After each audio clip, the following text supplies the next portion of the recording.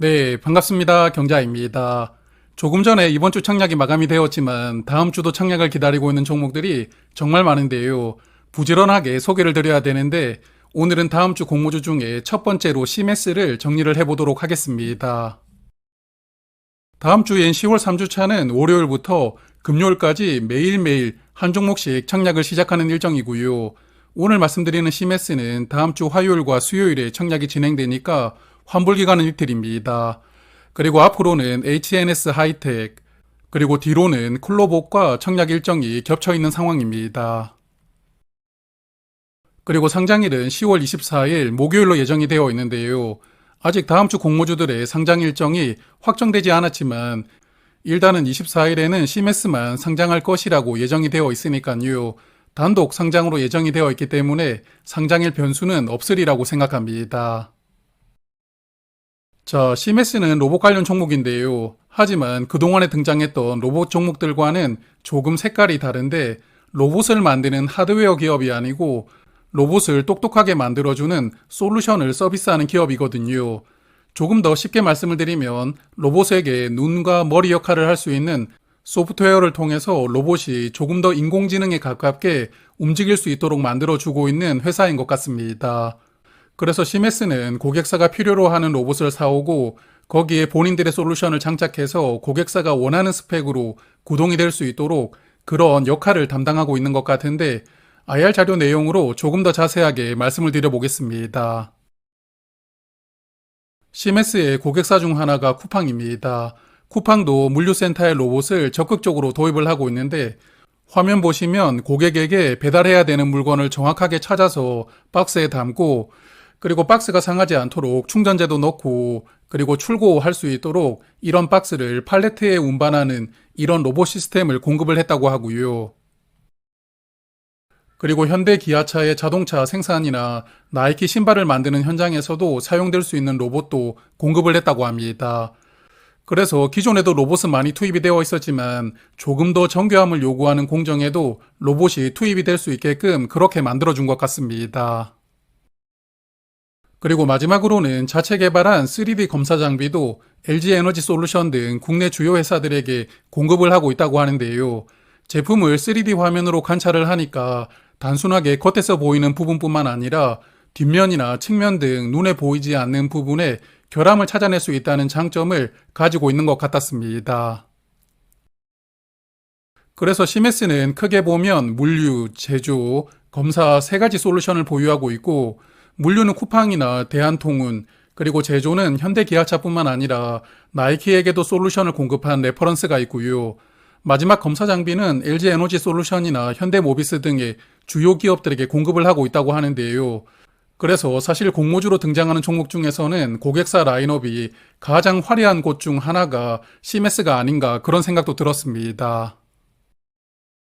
그리고 이 종목은 주주 명단도 흥미로운데요. 최대 주주와 관계인을 제외하면 2대 주주가 SK텔레콤이고 그리고 GS 리테일과 쿠팡도 지분 투자를 했더라고요.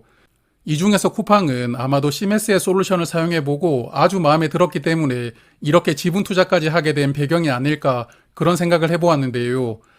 그래서 고객사 라인업이 화려하고 또한 국내 주요 기업들이 상장하기 전부터 이렇게 미리 지분 투자를 한 기업이니까요. 벤처 단계에서부터 기술력은 인정을 받았던 회사라고 보입니다.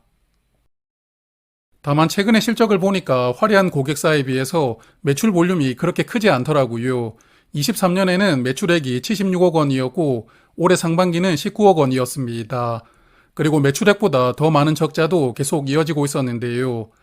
그래서 대단한 기업들에게 본인들의 솔루션을 조금씩 공급을 했던 레퍼런스는 가지고 있었지만 아직 메인 고객사라고 부를 만한 기업은 없었던 것이 아닌가 생각이 됩니다. 그래서 CMS도 미래 실적으로 공모가를 산정했고 기술 특례 조건으로 상장을 하게 되는데요. 실적 관련해서는 잠시 후에 조금 더 말씀을 드리도록 하고 수요 예측 결과는 어떻게 나왔는지 체크를 해보도록 하겠습니다. 수요 예측 결과를 보면 기관 경쟁률이 578대 1이었고 2180개 기관이 참여를 했더라고요. 그리고 의무 합격을 신청한 비율은 1%였는데요. 이 종목 역시 의무 합격을 신청한 기관은 거의 없었지만 그래도 2000개가 넘는 기관이 참여를 했으니까요. 수요 예측 결과는 양호한 수준이라고 판단합니다. 하지만 로봇 종목치고는 수요 예측 결과가 그다지 좋은 편은 아니었는데요. 올해 상장했던 로봇 종목들과 비교를 해보면 기관 참여 수는 비슷하게 나왔지만 의무 확약이 가장 적게 신청이 들어왔더라고요. 지난 여름에 상장을 했던 PNS 때부터 확약이 줄어들기 시작하더니 최근에 제닉스는 1.7%였고 이번에 CMS는 더 적은 1%만 신청이 들어왔는데요.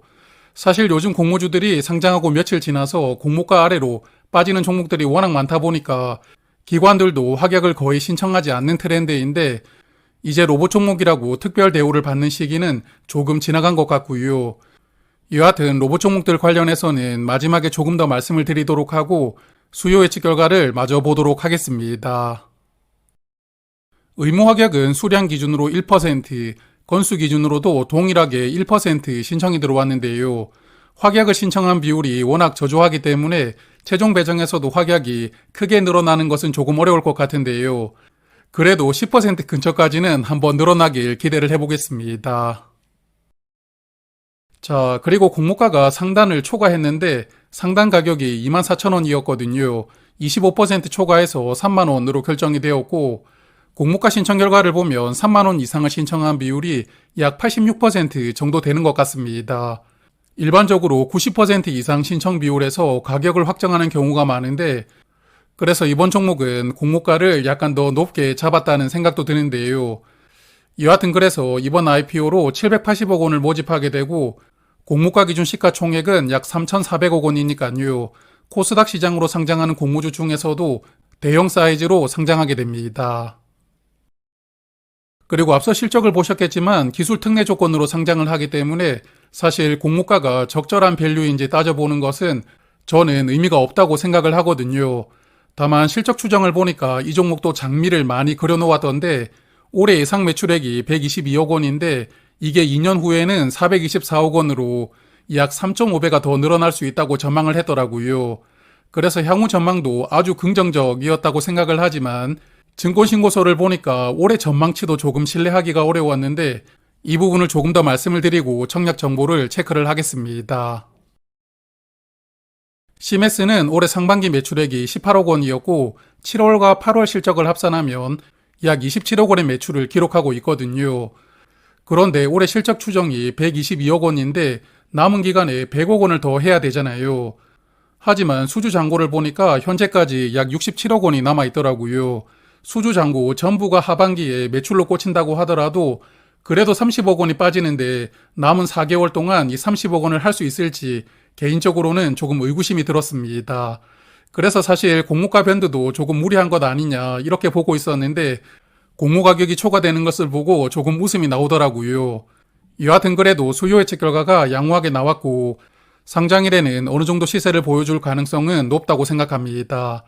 다만 이 종목도 상장하고 며칠 지나면 공모가 아래로 주가가 빠질 가능성이 있어 보이는데 어떨지 지켜보도록 하겠습니다. 자, 그러면 청약 정보를 체크를 해볼 텐데요. 이번 종목은 총 260만 주를 모집하는데 우리 사주조합에 따로 배정을 해둔 수량은 없고 일반 투자자에게 65만 주가 배정됩니다. 주관사는 세 곳에서 담당을 하는데요. 메인 주관사는 삼성증권이고 약 50만 주가 배정이 되어 있고 유진투자증권은 11만 7천 주, 그리고 유한타증권은 약 3만 2천 주가 배정이 되어 있고요. 메인 주관사 삼성증권 기준으로 말씀을 드려보면 일반 고객은 12,000주까지 청약을 할 수가 있으니까 증거금은 1억 8천만 원이 필요하게 되고요. 그리고 세 증권사 모두 최소 수량이 20주로 동일하기 때문에 균등 청약만 참여를 하신다면 증거금은 30만 원입니다. 그리고 삼성증권과 유진투자증권은 청약 수수료가 2,000원이고 유한타증권은 3,000원을 받습니다. 그리고 이번 종목은 구주 매출이 있었는데요. 모집 수량의 11% 정도인 30만 주가 구주 매출로 매각이 되는데 대표이사와 임원들이 보유한 물량이더라고요. 기술 특례 조건으로 상장하는 종목에서 최대 주주가 구주 매출로 지분을 매각하는 케이스 정말 오랜만에 보는데요. 아직 회사가 한참 더 성장을 해야 되는 것 같은데 그러려면 한 푼이 아쉽다고 생각이 되거든요. 하지만 이렇게 상장을 한다고 본인들이 보유한 지분을 매각하는 게 그다지 좋아 보이지는 않습니다. 그래도 수요 예측 결과를 보면 기관 투자자들은 크게 신경을 쓰지 않았다고 보이니까요. 우리도 그냥 참고만 하고 넘어가도록 하겠습니다. 그리고 상장일에는 388만 주가 유통될 수가 있는데 전체 주식의 약 34% 물량이고요. 유통 물량도 조금 많은 편인데 특히 사이즈가 큰 종목이다 보니까 유통 금액은 1,000억 원을 넘어갑니다. 유통 물량이 조금 부담스러운 조건이라고 생각이 되고, 그리고 기존 주주 중에서 상장일에 매도할 수 있는 물량이 130만 주로 11.4% 비중입니다. 기존 주주는 재무적 투자자가 98만 주를 보유하고 있었고, 개인 주주는 32만 주를 보유하고 있더라고요. 재무적 투자자 중심으로 구성이 되어 있는데 상장일에 흐름을 조금 만들어주면서 물량을 정리를 하길 바라봐야겠습니다.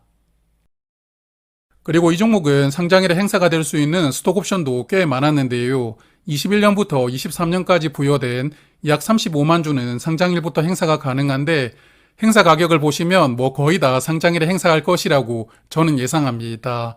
그래서 35만 주가 추가될 수가 있고 전체 주식의 약 3% 물량이기 때문에 안 그래도 유통 물량이 적지 않은데 부담을 더해줄 수 있다는 게 그렇게 좋아 보이지는 않습니다.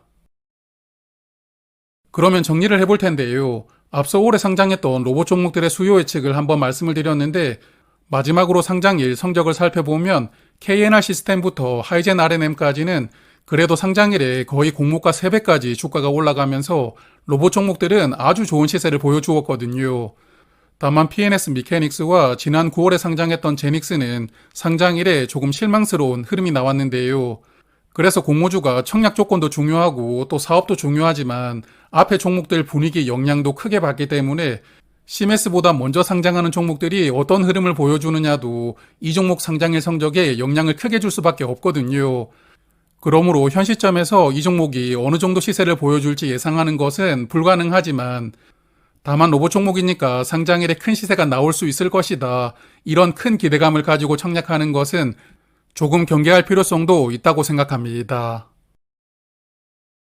자, 그래서 CMS는 수요 예측 결과가 양호하게 나왔고 또한 사업 측면으로도 기대할 만한 포인트가 많다는 것은 장점입니다만 그래도 청약 조건을 놓고 보면 조금 아쉬운 점들이 보이더라고요. 그래서 이번 종목은 그냥 균등만 가볍게 해보도록 하고 CMS 다음 날 청약하는 콜로봇도 또 로봇 관련 종목으로 기대를 많이 받을 수가 있으니까요. 그 종목을 한번 기대를 해보도록 하겠습니다.